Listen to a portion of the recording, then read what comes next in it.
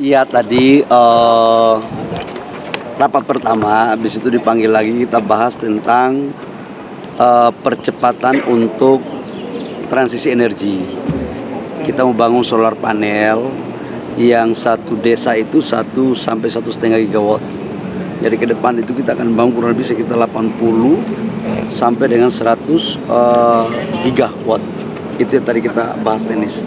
Yang kedua kita juga bahas tentang beberapa perkembangan terkait dengan kelanjutan daripada Freeport. Saya dipanggil untuk ditanyakan tentang kesepakatan, dan tadinya awalnya kan kita sepakat untuk penambahan saham 10% Freeport. Tapi tadi berkembang negosiasi yang insya Allah katanya lebih dari itu.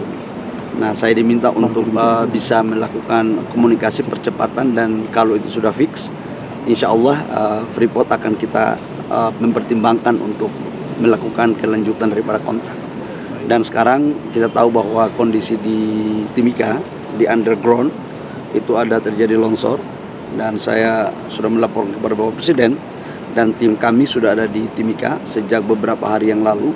Nanti kita menunggu laporan perkembangan terakhirnya, tapi orang di dalam masih dalam posisi terjebak dan belum ada informasi, dan proses pencarian masih tetap di dalam.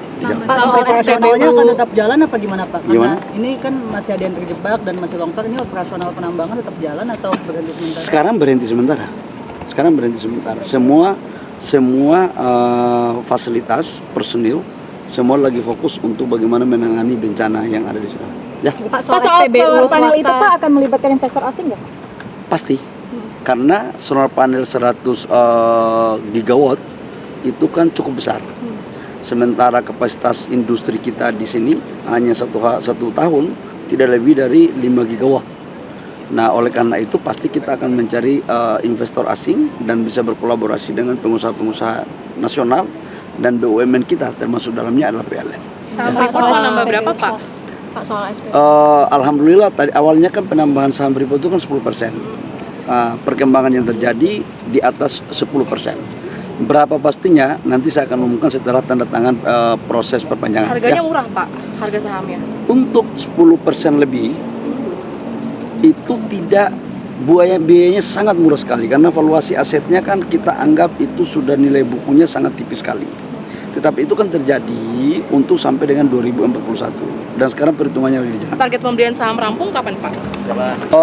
Bentar lagi selesai ya. Pak, soal SPBU swasta dong Pak. Pak, soal SPBU swasta kan banyak yang kosong. Kan Bapak bilang bisa belinya ke Pertamina. Itu sebenarnya kayak gimana sih Pak alurnya? Jadi gini, saya kan udah ngomong beberapa kali menyangkut SPBU swasta. Yang pertama, SPBU swasta itu sudah diberikan kuota impor 110% dibandingkan dengan 2024. Ini biar clear ya, kita sudah memberikan kuota impor 110%.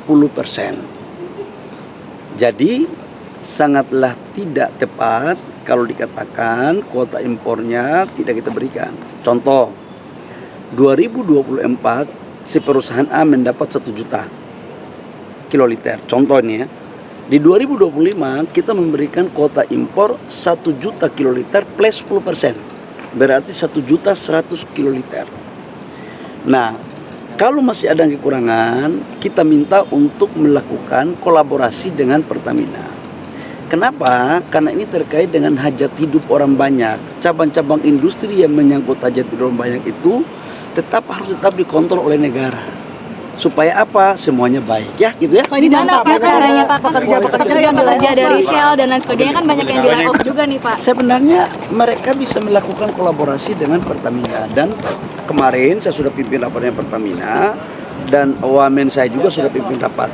Tapi nanti saya akan mengecek perkembangan terakhir dari tim yang kemarin saya bentuk untuk mengatasi ya. Berarti sampai akhir tahun